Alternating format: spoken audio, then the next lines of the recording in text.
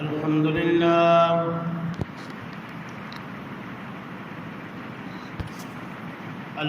لله وكفى وسلام على عباده الذين اصطفى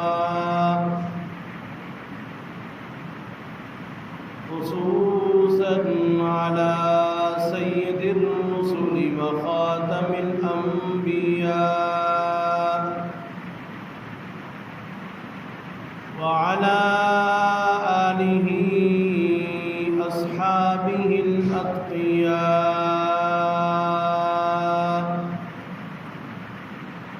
الذين هم خلاصة العرب العرباء وخير الخلائق بعد الأنبياء. أما بعد فأعوذ بالله من الشيطان الرجيم. بسم الله الرحمن الرحيم. إن الله وملائكته يصلون على النبي يا أيها الذين آمنوا صلوا عليه وسلموا تسليما. قال الله تبارك وتعالى في القرآن المجيد والفرقان الحميد. اللهم صل على سيدنا ومولانا محمد وعلى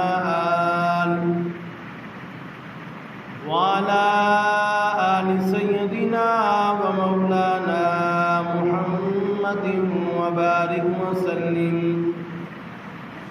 يا رب صل وسلم دائما أبدا على حبيبك خير الخلق كلهم. ہر قسم کی تعریفات تحمیدات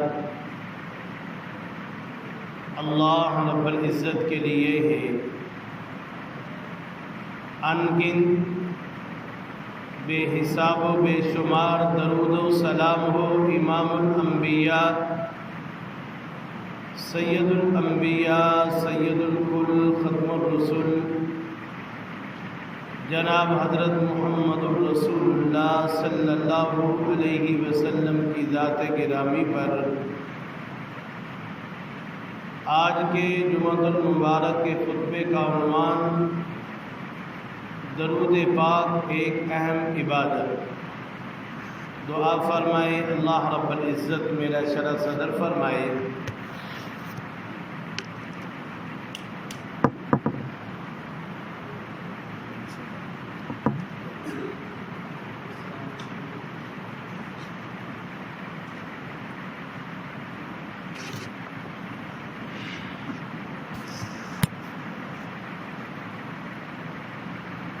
میرے بزرگوں اور بھائیوں، عزیز طلباء کرام، اگر سن رہی ہیں امت مقدسہ کی ماؤں اور بہنوں، اللہ رب العزت کی پاک کلام قرآن مجید فرقان حمید حجت کبیر برہان عظیم میں سے سورۃ الاحزاب پارہ نمبر 22 کی ایک آیات کریمہ کا کچھ حصہ تلاوت کیا ہے. دعا فرمائے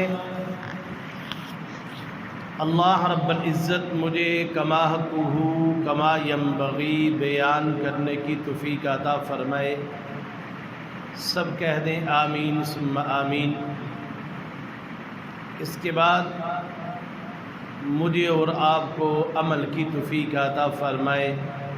سب کہہ دیں آمین ثم آمین. اللہ تعالیٰ کا ہمارے اوپر بے انتہا احسان ہے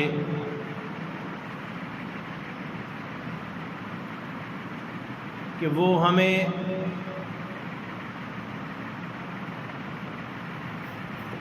عدم سے وجود میں لایا اور ہمیں اشرف المخلوقات انسان بنایا، پھر ہمیں مسلمان بنایا اور امت محمدیہ میں سے پیدا فرمایا، اور خیر امہ کا تاج ہمارے سروں پر سجایا۔ اللہ تعالیٰ کے بعد ہمارے اوپر سب سے زیادہ احسان پیغمبر علیہ الصلاۃ والسلام کا ہے۔ آپ صلی اللہ علیہ وسلم ہمارے لیے وسیلہ رشد و ہدایت ہیں۔ آپ صلی اللہ علیہ وسلم نے بڑی تکلیف اٹھا کر ہمیں خدا کا دین پہنچایا۔ آپ صلی اللہ علیہ وسلم کی آمد ہی کی وجہ سے ہمیں اپنے خالق حقیقی کی معرفت ہوئی اور ہمیں ایمان کی دولت نصیب ہوئی۔ آپ صلی اللہ علیہ وسلم کے دل میں اللہ تعالیٰ نے امت کے لیے اتنی رحمت اور شفقت رکھی جس کی نظیر لانا ناممکن ہے۔ آپ صلی اللہ علیہ وسلم کے بارے میں اللہ تعالیٰ نے قرآن مجید کے اندر ارشاد فرمایا، عزیز علیہ ما عنتم حریص علیکم بالمؤمنین رؤوف الرحیم۔ سورۃ توبہ کی آیات کے آخری حصے ہیں کہ امت کا مشقت اور تکلیف میں پڑنا آپ صلی اللہ علیہ وسلم کے لیے ناقابل برداشت ہے۔ آپ صلی اللہ علیہ وسلم ہر لحاظ سے امت کے فائدے کے خواہ ہیں۔ ہر وقت یہی سوچ رہے کہ کس مقام پر، کس موقع پر، کس بات سے، کس عمل سے میری امت کا فائدہ ہو جائے۔ معراج کی رات کو دیکھیے، جب آپ صلی اللہ علیہ وسلم 50 نمازوں کا حکم لے کر آئے، واپس آ رہے تھے تو راستے پہ حضرت موسیٰ علیہ السلام سے ملاقات ہو گئی، بات چیت ہوئی، کہا کیا لے کے آئے؟ فرمایا کہ 50 نمازوں کا امت کے لیے تحفہ لے کے جا رہا ہوں۔ اور انہوں نے کہا کیا آپ کی امت 50 نمازیں پڑھ لے گی؟ اتنی طاقت رکھتی ہے، گناہگار نہ ہوتی رہے؟ تو آپ صلی اللہ علیہ وسلم اپنی امت پر شفقت اور رحمت کی وجہ سے اللہ کے حضور 9 چکر لگا کے نمازوں کو کم کرواتے کرواتے 5 نمازیں کروا لی۔ تو اللہ رب العزت نے بھی اپنا فیصلہ سنا دیا کہ میرے محبوب، میرا دربار ایسا ہے، ہم جو کلمات بول دیتے ہیں ان میں تبدیلی نہیں ہوتی۔ نمازوں کی گنتی میں تو ہم نے کمی کر دی، تیری امت نمازیں 5 پڑھے گی لیکن ثواب ان کو 50 کا ملے گا۔ یہ آپ صلی اللہ علیہ وسلم کی شفقت کی وجہ سے، رحمت کی وجہ سے، امت کے پیار اور محبت کی وجہ سے اللہ رب العزت نے یہ فیصلہ سنا دیا کہ آپ اپنی امت کے لیے اتنے شفیق ہیں۔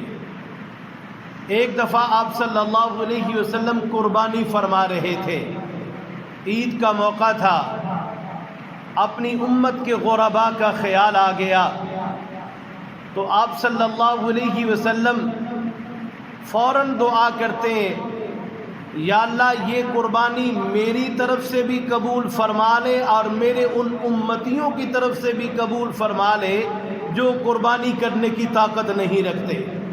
کتنی فکر ہے کوئی ایسا موقع نہیں کہ اللہ کے نبی اپنی امت کو بھولے ہوں، ہر موقع پر اپنی امت کو یاد رکھا ہے۔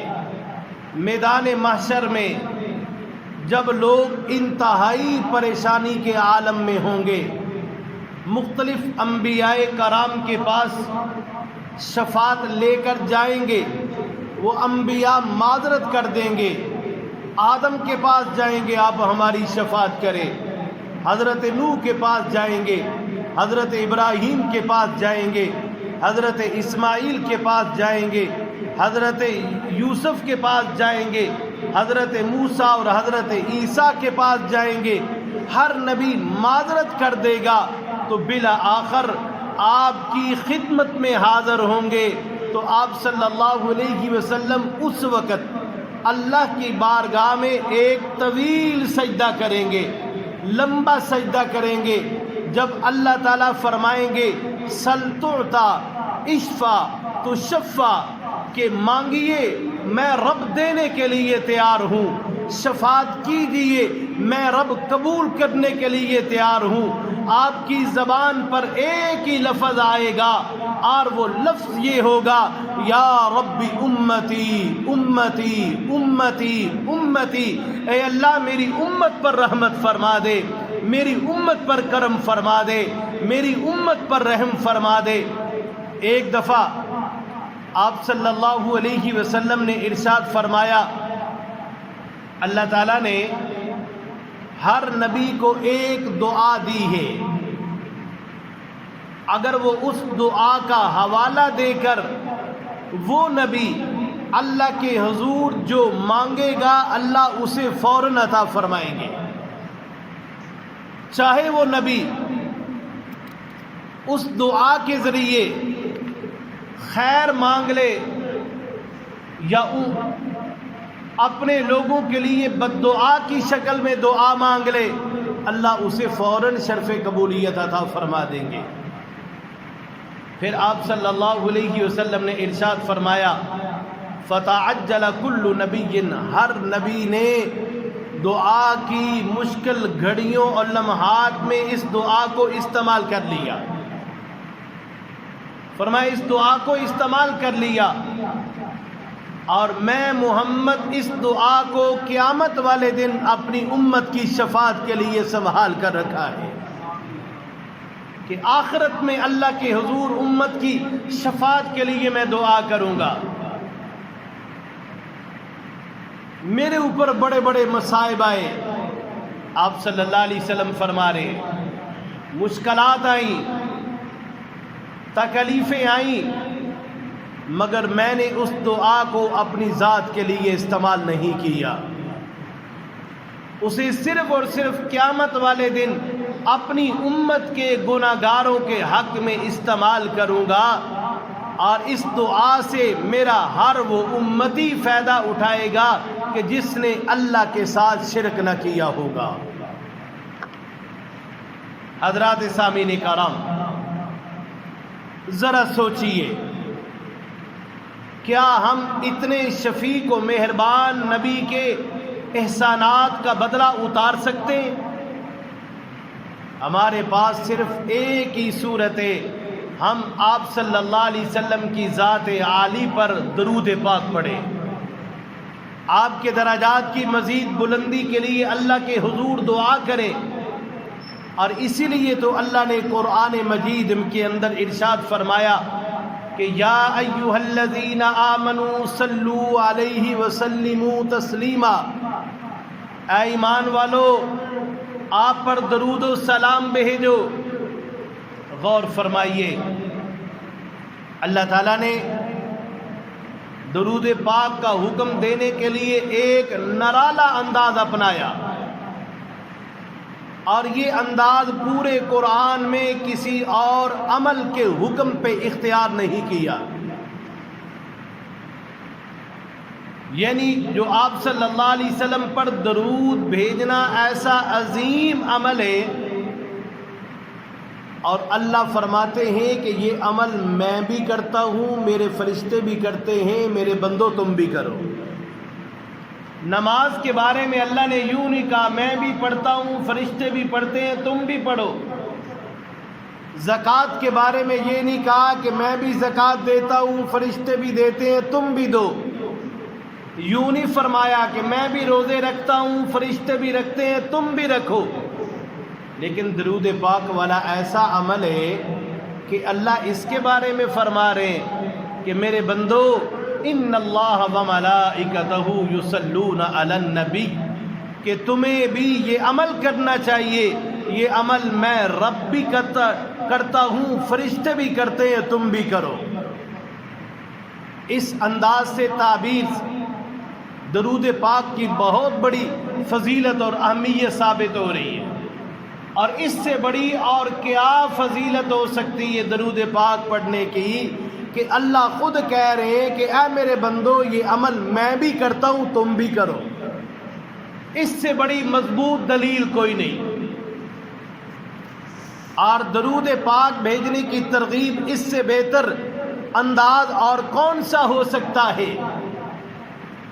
اللہ اپنے آپ کو پیش کر رہے ہیں عمل کے لیے۔ اللہ فرما رہے ہیں یہ عمل میں بھی کرتا ہوں تم بھی کرو۔ یاد رکھیے اللہ تعالیٰ اور اس کے فرشتوں کے درود بھیجنے اور ہمارے درود بھیجنے میں فرق ہے۔ الفاظ اگرچہ مشترک ہے، اللہ اور اس کے فرشتے یصلون، لہذا تم بھی صلو، مگر معنی میں فرق ہے۔ اللہ تعالیٰ کے درود بھیجنے کا مطلب یہ ہے کہ اللہ تعالیٰ آپ صلی اللہ علیہ وسلم پر اپنی رحمتیں برکتیں بھیجتا ہے۔ کوئی ایسا وقت نہیں ہوتا کہ جس وقت اللہ کی رحمتیں اور برکتیں آپ صلی اللہ علیہ وسلم پہ برس نہ رہی ہوں۔ آپ کی عزت اور عظمت میں اضافہ کرتا ہے۔ آج پورا اہل مغرب عالم کفر مل کر بھی میرے نبی صلی اللہ علیہ وسلم کی شان میں گستاخی کرے، ہمارا ایمان ہے کہ آپ صلی اللہ علیہ وسلم کی عزت اور حرمت اور احترام مقام بلندی میں ایک بال کے برابر بھی کمی نہیں آ سکتی۔ ان کا اپنا تو نقصان ہو سکتا ہے، جو آسمان کی طرف منہ کر کے تھوکتا ہے وہ تھوک اسی کے منہ پر پڑے گی، اور جو میرے نبی کی شان میں گستاخی کرے گا اور اس شان کی گستاخی کی نحوست اسی پہ پڑے گی، اس کا نقصان اسی کو ہوگا۔ لیکن پوری امت مسلمہ اپنے نبی کی محبت اور عقیدت اور احترام کی وجہ سے ادنا سی ادنا گستاخی کو بھی قابل قبول نہیں کرتی۔ اور فرمایا فرشتوں کے درود بھیجنے کا انداز یہ ہے، اور وہ دعا کرتے ہیں یا اللہ نبی کریم صلی اللہ علیہ وسلم پہ اپنی رحمتوں برکات انوارات تجلیات کا مزید نزول فرما، آپ کے مزید درجات کو بلند فرما، رحمتوں اور برکات کے پھول آپ صلی اللہ علیہ وسلم پہ مسلسل نچھاور فرما۔ اور مومنین کے درود بھیجنے کا مطلب واضح ہے کہ آپ صلی اللہ علیہ وسلم کی بلندی درجات کے لیے دعا کرتے ہیں کہ اے اللہ آپ پر مزید رحمتیں اور عنایتیں فرما، آپ کی شان اقدس میں مزید اضافہ فرما۔ حضرت انس رضی اللہ تعالی عنہ فرماتے ہیں کہ آپ صلی اللہ علیہ وسلم نے ارشاد فرمایا کہ جو شخص آپ صلی اللہ علیہ وسلم پر ایک مرتبہ درود بھیجے، اللہ رب العزت اس کے بدلے میں 10 رحمتیں نازل فرماتا ہے۔ صرف 10 رحمتیں نہیں، اللہ رب العزت ایک مرتبہ درود بھیجنے والے کے لیے 10 گناہ بھی معاف فرماتا ہے۔ صرف 10 گناہ معاف نہیں فرماتا، فرمایا جو ایک مرتبہ درود بھیجتا ہے اللہ رب العزت اس کے 10 درجے بھی بلند فرما دیتا ہے۔ سب کہیں صلی اللہ علیہ وسلم۔ یہ درود پاک ہے، ہم نے ایک مرتبہ پڑھا، اللہ نے 10 رحمتوں کا نزول فرما دیا، 10 گناہ معاف فرما دیے، 10 درجات بلند فرما دیجیے۔ اور ایک اور حدیث میں یہ الفاظ یوں آتے ہیں کہ اس حساب سے